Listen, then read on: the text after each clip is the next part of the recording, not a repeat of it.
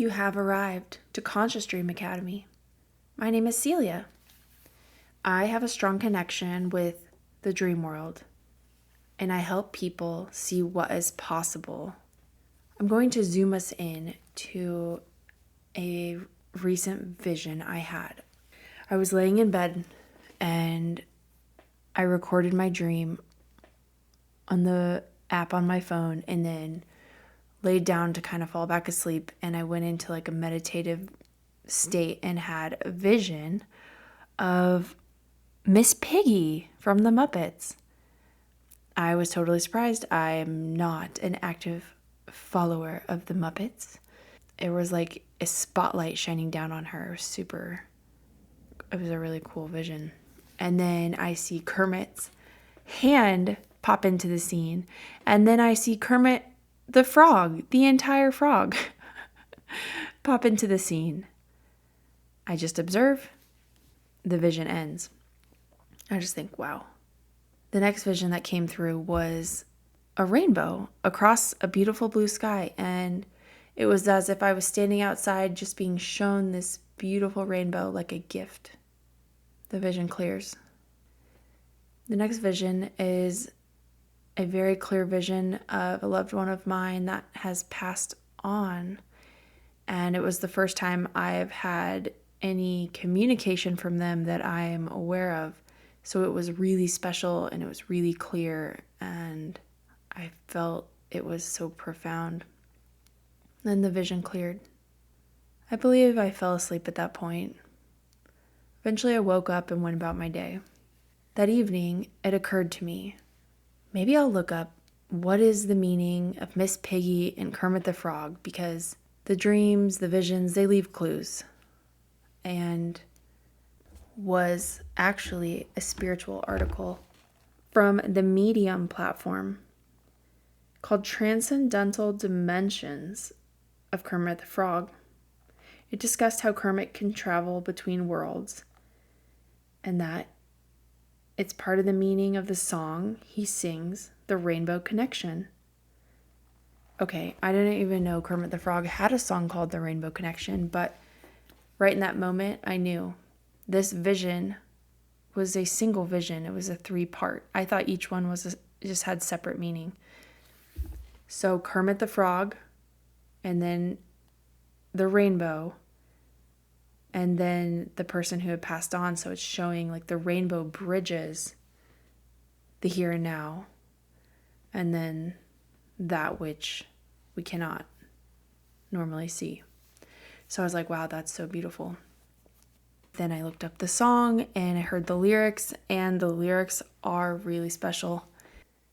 I decided the best way to review the lyrics of this Rainbow Connection song are to let you hear the song.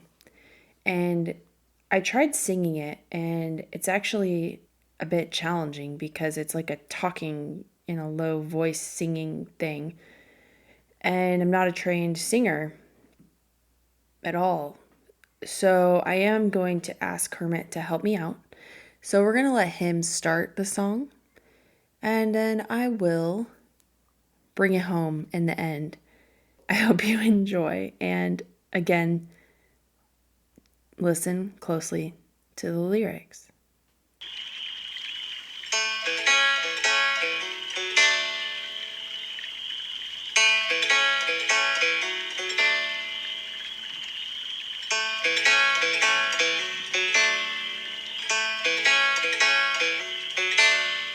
Why are there so many songs about rainbows? And what's on the other side? Rainbows are visions, but only illusions. And rainbows have nothing to hide. So we've been told, and some choose to believe it. I know they're wrong, wait and see. Someday we'll find it, the rainbow connection, the lovers, the dreamers and me.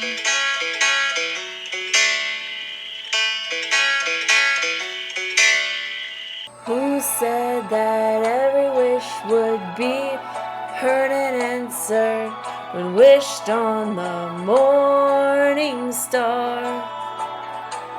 Somebody thought of that and someone believed it. Look what it's done so far. What's so amazing that keeps us stargazing? And what do we think we might see? Someday we'll find it, the rainbow connection, the lovers, the dreamers, and me. All of us under its spell. We know that it's probably magic. Have you been half asleep and have you heard voices? I've heard them calling my name. Celia! Is the sweet sound that called the young sailors, the voice that might be one and the same.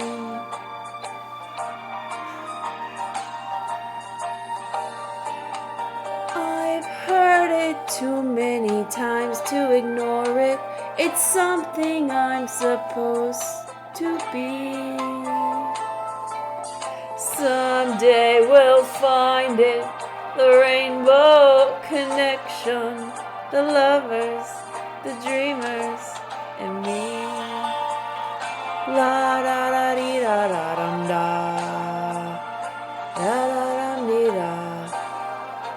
Oh.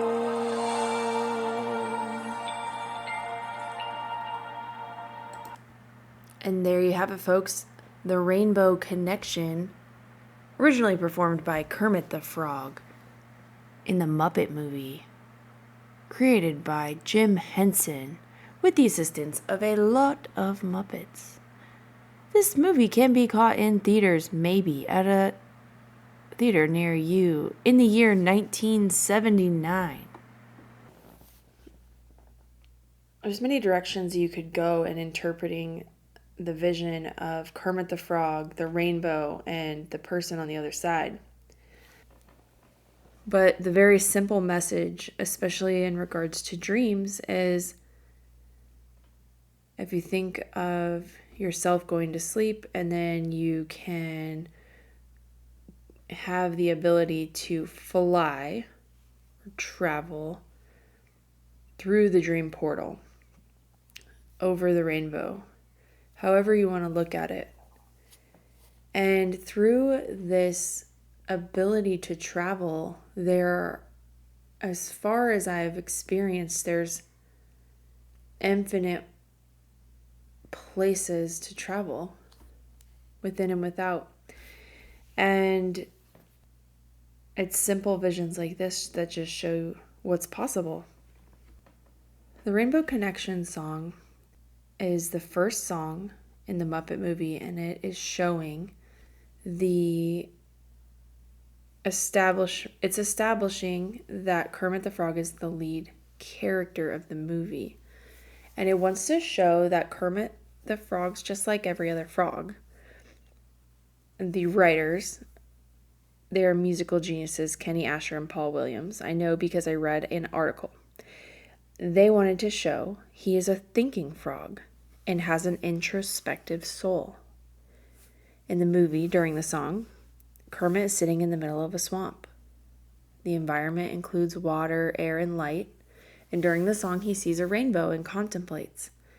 It shows the audience that Kermit is on a spiritual path and examining the meaning of life. It never ceases to amaze me before spiritual awakening when I would watch or experience something someone created, and then after spiritual awakening, how you see it completely different, and you can see when the creator was on a spiritual journey. I love that. But when you're blinded to it, you just don't even know what you're missing. So the song is about believing in something and then that something becoming real. And this is all about the power of our thoughts. Upon reading about Jim Henson, it was mentioned he wasn't writing for children. He was writing for the child in all of us. And I feel like a return to that loving, playful child within all of us makes for a more peaceful world. I personally think the encouragement of play and imagination are a wonderful way to raise the vibration of our society. And I know how healing and transformative this has been in my life. So I would say I am a serious person. I take a lot of things seriously, like my health and my relationships and my values. But I don't live in the now necessarily in a serious state because I get to choose how I want to feel. And I find that through divine play, it opens doors, it opens the windows, it opens your eyes, it opens your ears, it opens your heart, it opens possibilities. It is a way to experiment and to allow yourself to travel over that rainbow, or even just to imagine what's over the rainbow, opening the door for what's over the rainbow to communicate back to you. So the beginning of the song is basically implying rainbows have no meaning, saying that they're illusions and they have nothing to hide. And then they go on to say, so we've been told and some choose to believe it. I know they're wrong, wait and see. Someday we'll find it, the rainbow connection. And by saying someday we'll find it, it's meaning Kermit doesn't have all the answers. And then it points out the lovers, the dreamers, and me. And I just love that this song is pointing out the dreamers, which you could be daydreaming. I mean, I think it's one and the same. If you're open to play, you're open to seeing things differently, you're a dreamer. If you wish on the, as they say, the morning star, I would say shooting star, but the song says morning star. Either way, you're wishing on a star. It means you're a dreamer. And if you're in the dream world and you're traveling through dream world and you're communicating beyond the what is quote unquote perceived as normal, you're a dreamer. I think it comes down to, what do you want your experience to be? And also really sitting with the idea that what is the value of fitting in? You weigh the pros and cons. I want to fit in, or do I want to let go of that? And do I want to be me? And do I want to explore how amazing that can be? And then know that you're going to attract the people who are attracted to your authentic self. And then, of course, you'll be rejected by those that would have been more comfortable if you decided to just fit in. But you will be so loved and so welcomed and feel so at home, surrounded by the people who really get the true you. So it's a choice. It's a journey, and everyone gets to choose. It's a choose your own adventure, right? So I think in this song, Kermit's showing that there is immense power in faith, that there's more beauty in the questions than there are in the answers. And it's simply pointing out, if you have a creative thought and you have someone to believe in what you're doing and you have the element of faith involved, then you can do anything. So we're bringing it down to something as simple as you're saying a wish You're trusting it is heard and it will be answered. So wish on the morning star, wish on the shooting star. Throw up that prayer. Don't throw it up, but like throw it up, throw it up, not vomit. Anyways. And the really goes into the power of belief. In my journey, I learned the lesson of believing, and I came back from that traumatic car accident, and it was a long journey, healing journey. I did what the doctor said. I did every possible be healthy thing. I tried manifesting, but I was missing really, really, really deep down believing I could get better. I was in so much pain and so disabled with my injuries that I didn't know how to believe I could be all the way better without someone telling me a path or having any evidence that it was possible, without knowing the steps to take.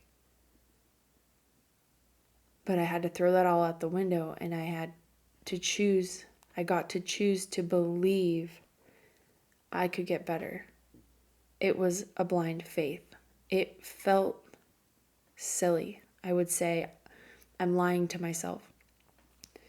But I would say it, and I would, from time to time, actually be able to believe it and feel the feeling of what it would feel like to believe that, for that to actually happen. And it would just be moments where I could tap into that.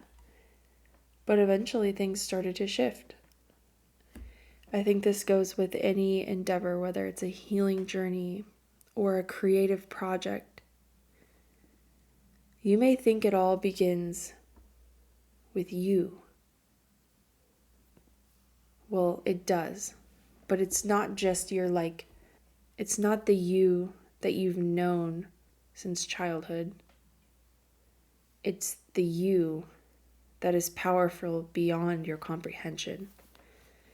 There is the amazing creative source within us that we are fortunate enough to tap into. So that's why the healing journey, I was doing what the doctor said. I was doing every possible responsible thing I could think of. But what I didn't tap into yet was the magic, the belief, the part where you ask. Just say it out loud. No one's around that you can see, but you just say it out loud. You just ask. And then you believe. You choose to believe, and then you wait. And while you wait, you take aligned action. You work on listening to your intuition, and you take aligned action. It's obvious that I am easily able to tap into things with Dream World as far as that rainbow, getting to go to the other side of the rainbow to communicate. But the thing is, everybody's dreaming, whether they realize it or not. Everyone can tap into that superpower. Is it a superpower? I mean, I think once it's realized, yeah, I'd say it's a superpower. But just like all the spiritual gifts, I think everyone, some come more easily to certain people, but anyone, where your intention goes, your energy will flow. And for me, my intention did not go towards dreaming, but because of the accident, I was so unable to participate in waking life that by default, the dream world really opened up for me and became a very alive experience while my waking life was on hold. I was just shut down. Like, I would joke with my TBI friend, I was like a robot, and like I would just have to be in bed and be plugged in, like reboot, like to charge, and that meant No lights. No TV. No scrolling on my phone. It meant I couldn't even think, because thinking would use up energy and like shut my brain down and cause so much pain. I had to basically shut down. I had to power down. I had to go into, what's the mode on the computer where you sleep. I was like in a sleep, an awaking sleep state. So you could see how I learned. I was kicking and screaming, but I was put into a course of life, a school of life course where I was forced to learn to meditate. I was forced to be in silence with my thoughts. And I was talking to a neighbor today, and she mentioned, "Oh, I hear you're teaching yoga." And I said, "Yeah." She said, "If you ever want to teach me, let me know." And I was like, "Oh, okay." And she's like, "It's okay if it's a hard class." She's like, "Just don't let it be one of those meditation classes." And I thought, I just observed. She said, "There's no way you could get me to sit still. Absolutely not. That would be torture. I could not sit still with my thoughts." I just observed and I thought, wow. I saw myself in her. Because I used to be convinced I needed to be busy. I needed to be multitasking. I needed to be having the most fun or doing the most work for my employer. I didn't know what slowing down was. I didn't know how much I wasn't listening to my body. And then I believe the universe gave me the car accident to initiate my dark night of the soul. The universe was like, "Sit your butt down, girl. Sit down. You are in timeout." And I went through an excruciating experience, but I came out transformed. So again,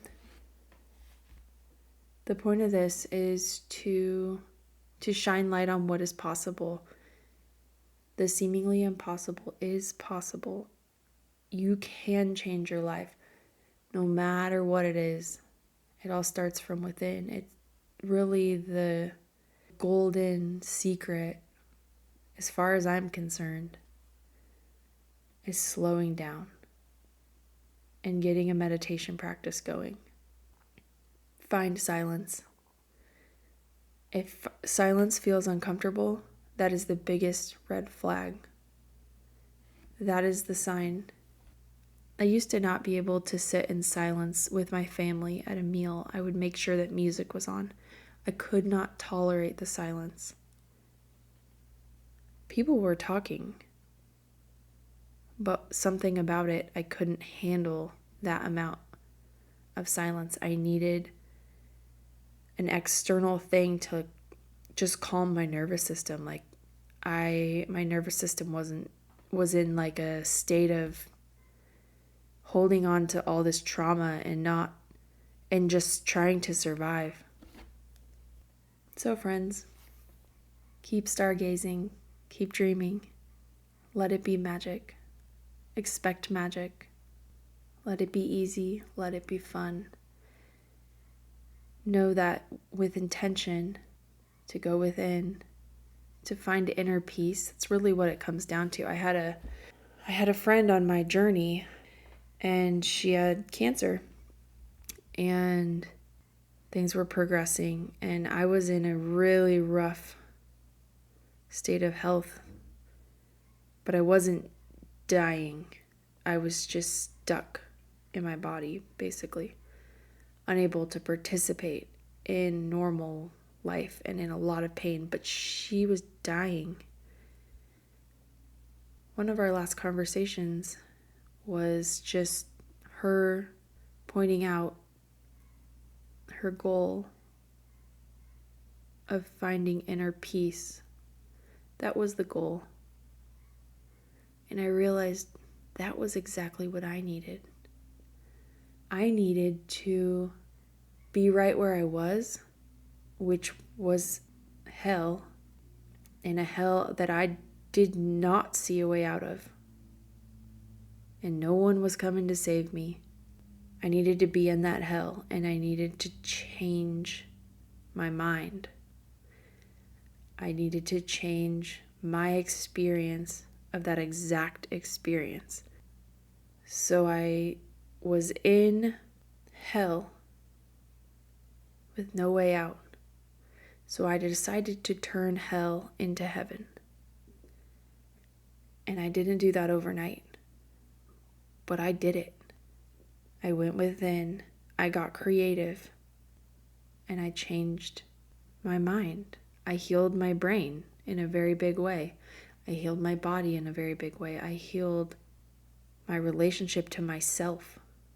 I learned that my most valuable commodity is my energy. And where is my energy going? I only have so much of it. So where am I sending it? Am I going to let my energy go towards, I'm worried if this person likes me. I'm scared I'm going to run out of money. How am I going to get better? This isn't fair.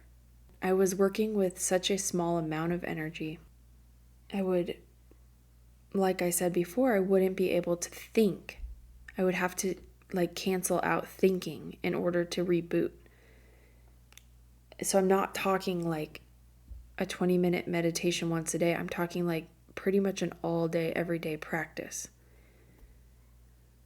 Until I was able to create a baseline and then slowly work my way up. By going in and asking and believing and listening to our intuition, we can change our lives. We can tear off, remove, cleanse, release all the things that are in the way of us being our sunshiny selves. And depending what your goal is in life, I think it feels a whole lot better to be that version than the version who's scared of everything and running from their feelings and numbing out. So thank you, Kermit the Frog, for showing up and helping me see that every rainbow is a gift and that we are never alone. Until next time, friends. Love what you just saw? Of course you did. Click below to subscribe. And tell Miss Piggy sent you. I get a cut of the action on everyone we sign up. Kissy, kissy. Mwah! Final note for you. After I completed the recording of this podcast, I set my dream intention last night for, can I get a message from Jim Henson? And I kid you not, my dream was me walking around with Jim Henson, walking through, and he's explaining a story. There's filming of scenes going on in the background. So sometimes in my dreams, I have an awareness of an experience I'm having. I'm having a conversation with someone, but I wake up and I don't get to remember the conversation. This happens a lot. But me and Jim Henson, this is the entirety of what I remember of the dream, is me and Jim Henson walking through. He's explaining a story, and there's filming going on. And this is real. This dreaming work is real. So keep practicing, guys. Welcome in the magic.